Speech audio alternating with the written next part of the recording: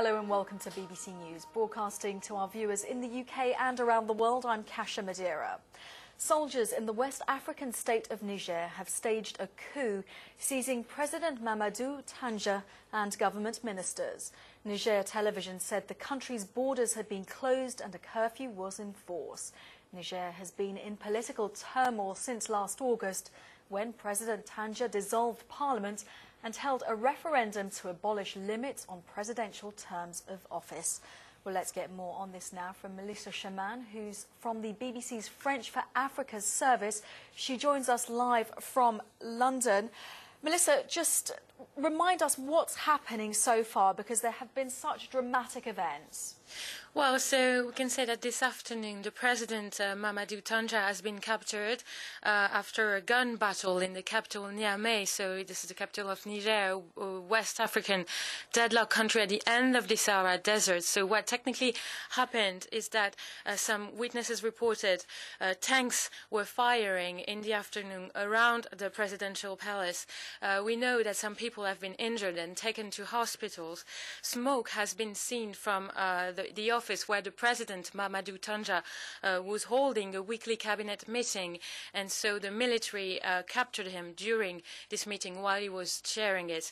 The situation now is that Niamey remains pretty unstable, although we know that no large-scale deployment of military personnel has been put into place, but according to Niger television, the country's borders have been closed and there's been a curfew into force, and the military appealed to the calm.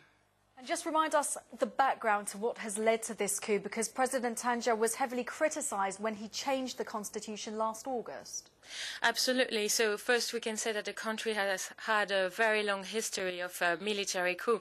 Three succeeded in 1974, 96 and 99.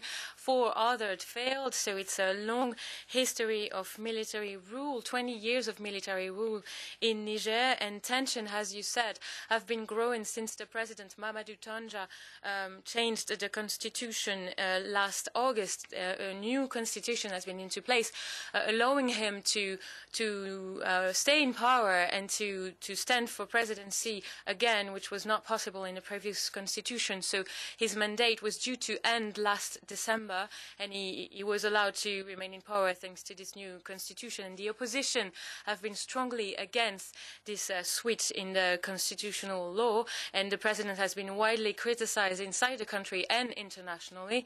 And since last December, the opposition and the government have been holding on and off talks, but unfortunately unsuccessfully, and so we are now.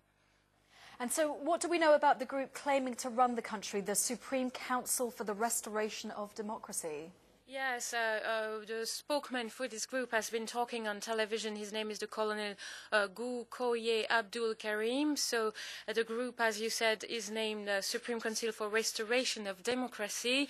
The Colonel Abdul Karim called on the people of Niger to remain calm and to stay united around them. He said that they want to make Niger an example of democracy and good governance, and he also called for national and international support to them, and he said he wanted to put into place a patriotic action to save Niger from its poverty, deception and corruption. So that's basically what we said. They're a military group who pretends that they're going to solve the problems by, again, a military change of regime.